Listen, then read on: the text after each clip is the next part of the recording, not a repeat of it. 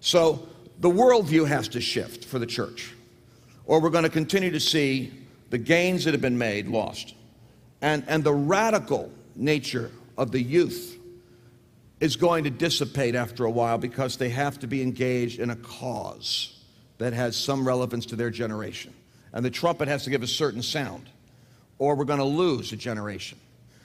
Now, the good news is that there's a seismic tsunami shift happening in the body of Christ right now.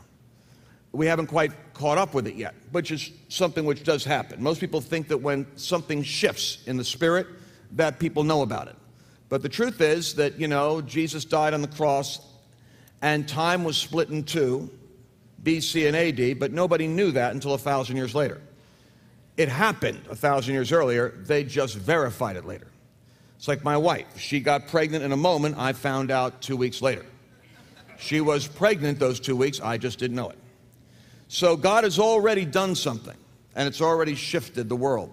And I think it would probably be good for us to kind of catch up with maybe where the Spirit of God is going. So let's go to the end of this and work our way backwards.